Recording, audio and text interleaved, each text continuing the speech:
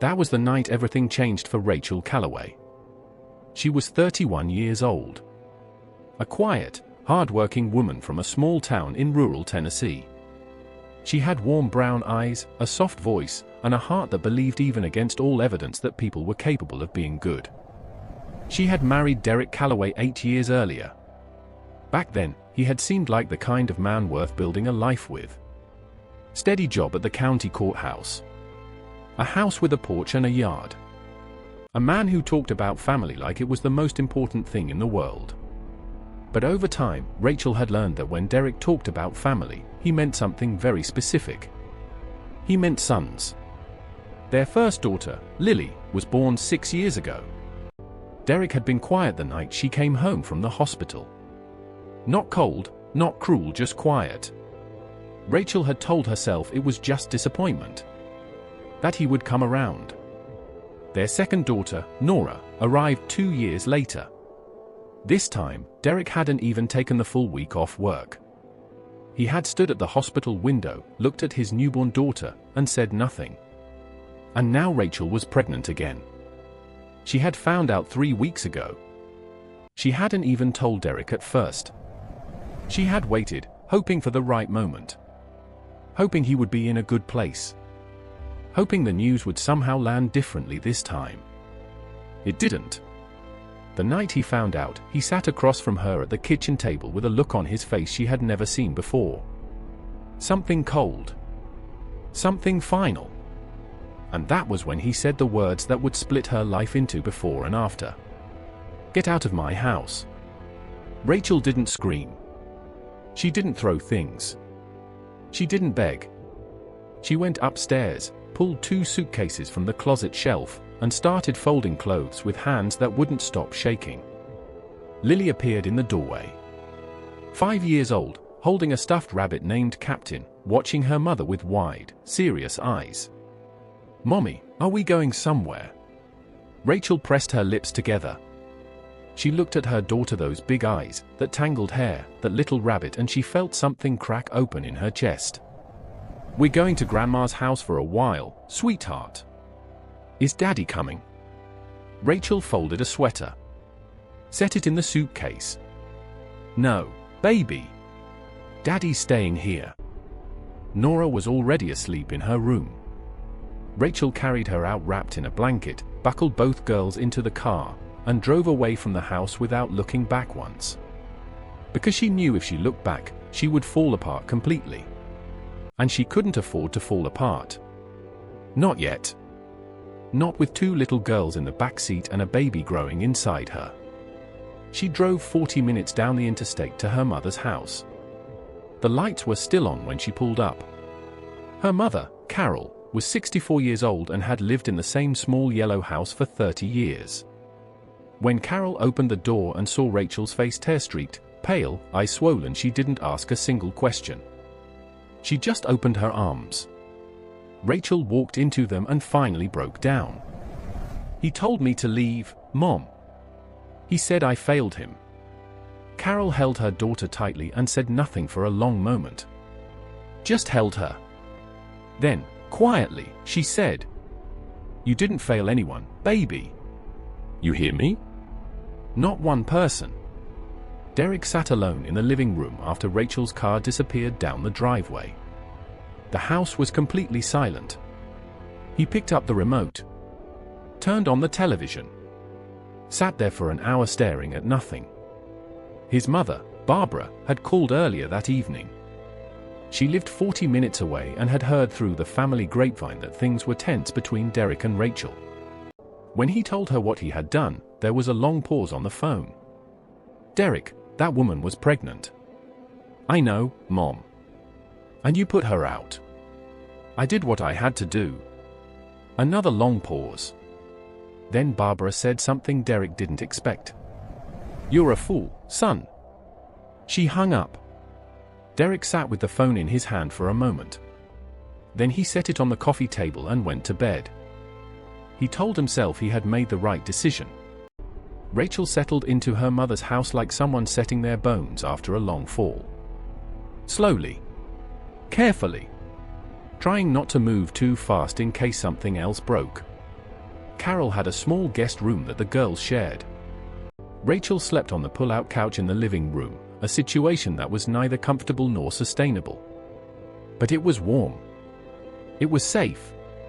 And for the first time in years, Rachel didn't feel like she was walking on glass every single day.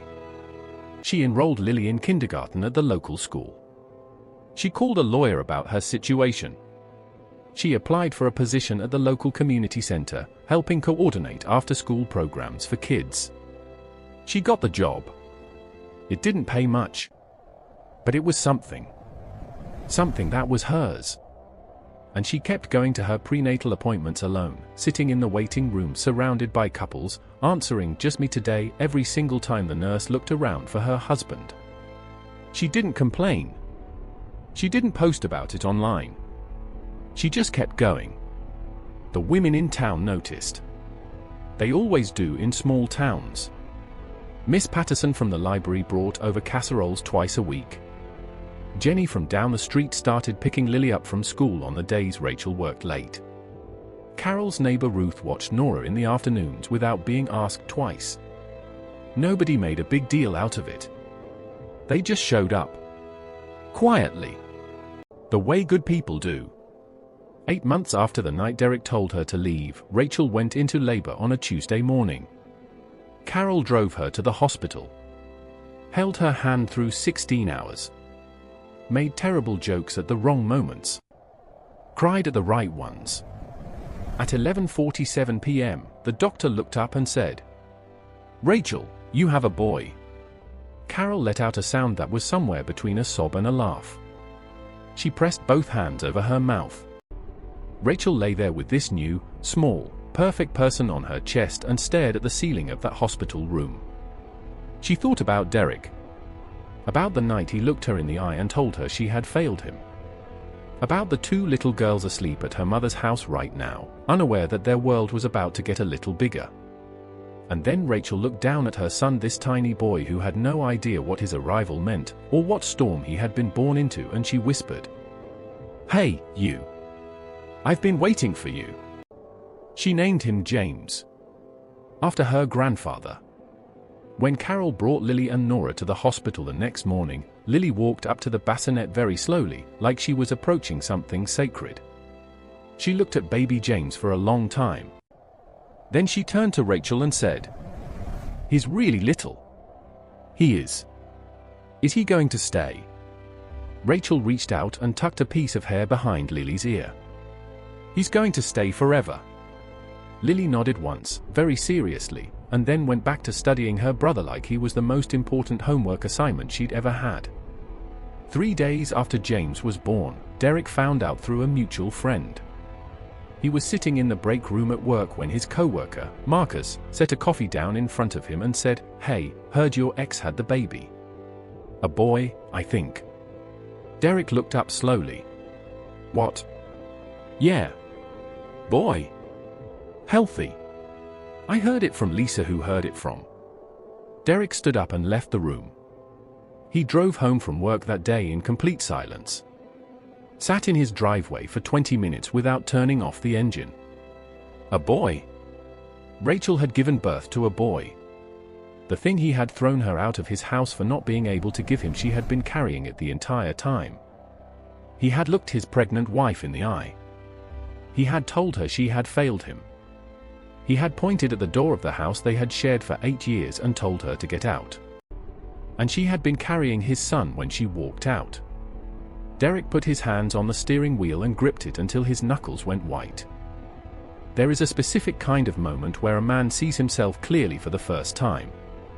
Not through anyone else's eyes. Just his own. And what Derek saw sitting in that driveway was not something he could look away from.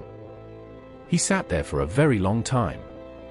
The months that followed were not kind to Derek Calloway.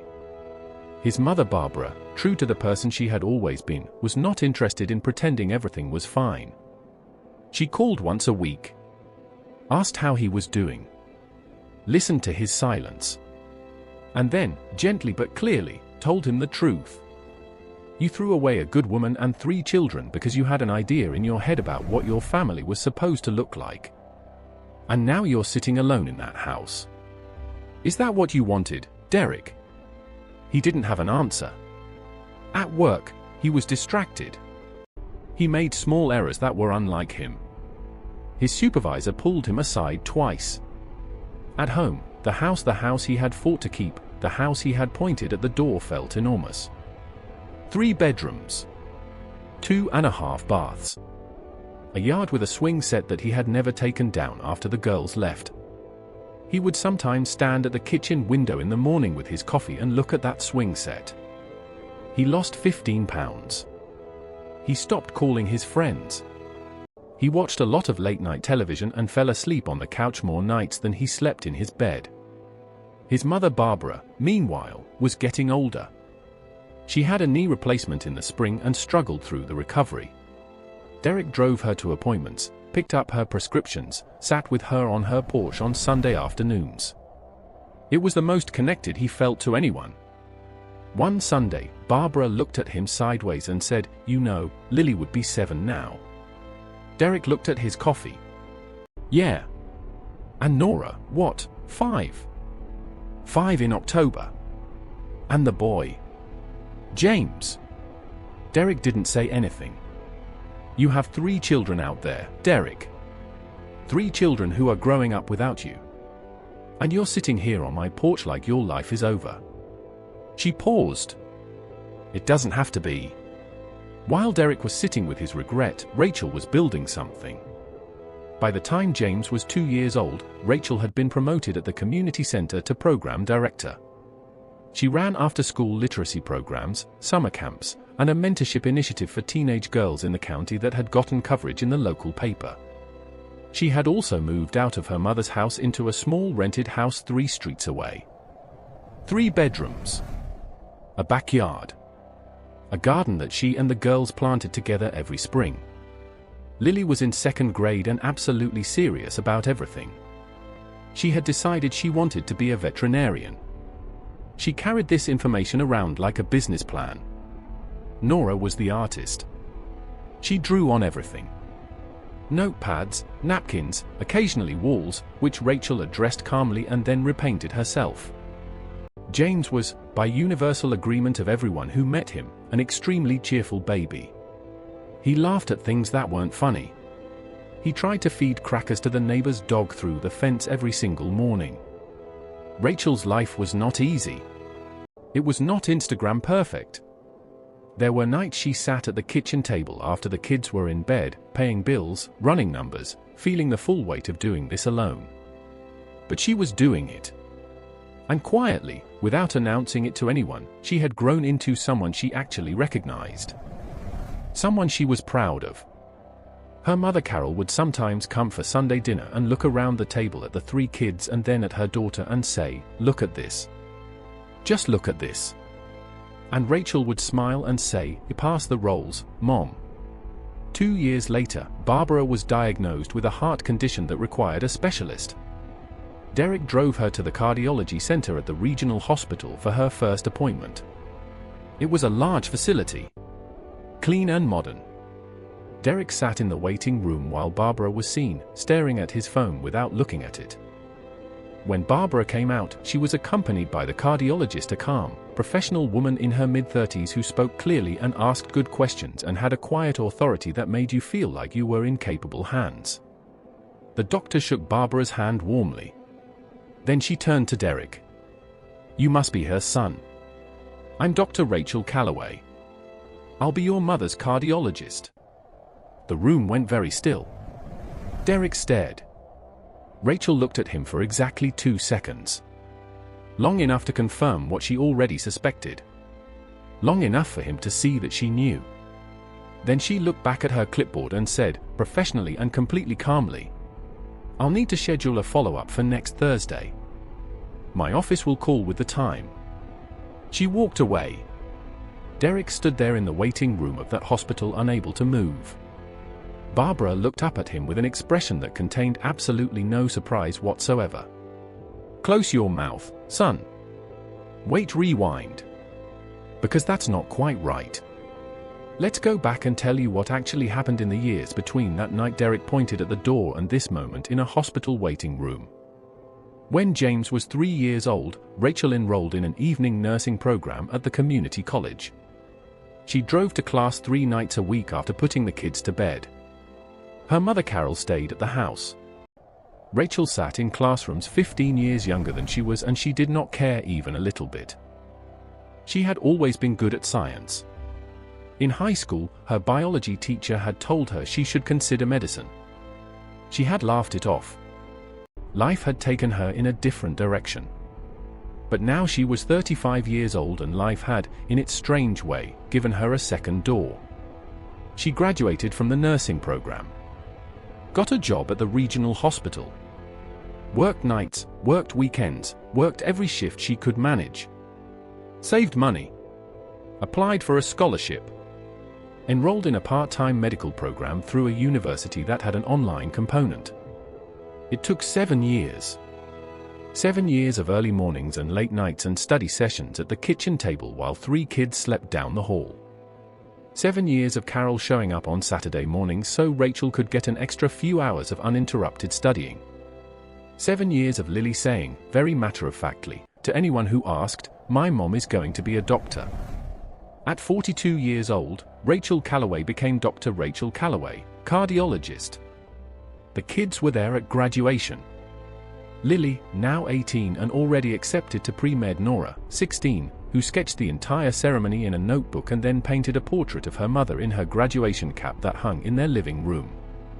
James, 13, who wore a button-down shirt for the first time without complaining and told his mother, "You're kind of a big deal." Rachel had laughed and pulled him into a hug that lasted long enough to embarrass him. It was one of the best days of her life.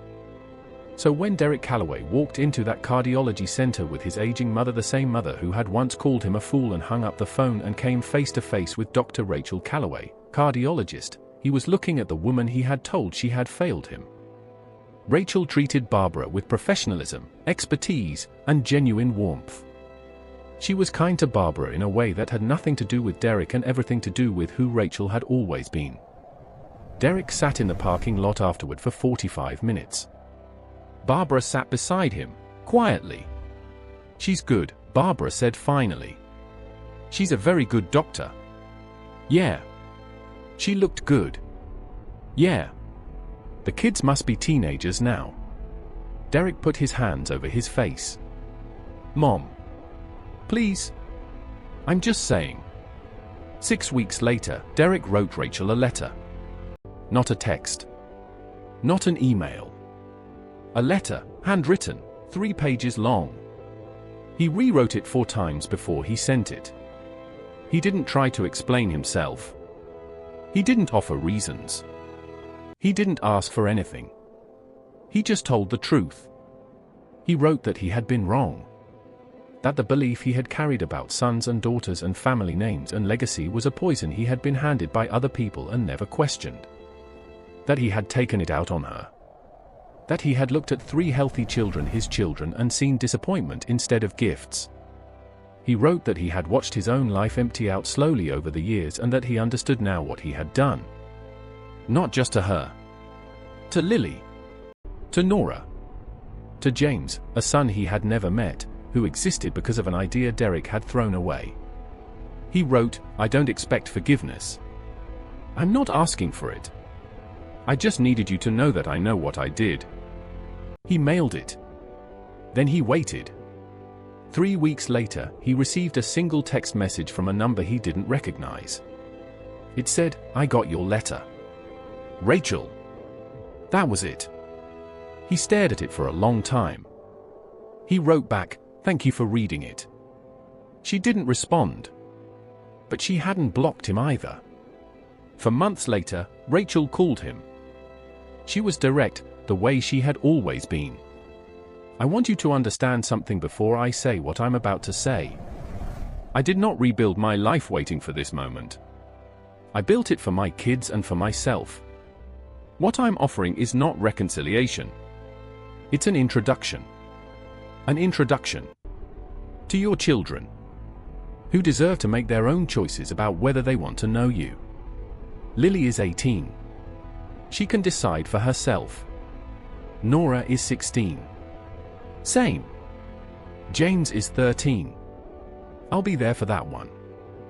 Derek's throat tightened. Rachel. Those are the terms. You can take them or you can't. I'll take them. The first meeting was at a diner on a Saturday afternoon. Neutral ground. Public place. Rachel sat at the end of the booth. Derek sat across from 3 teenagers he had never met.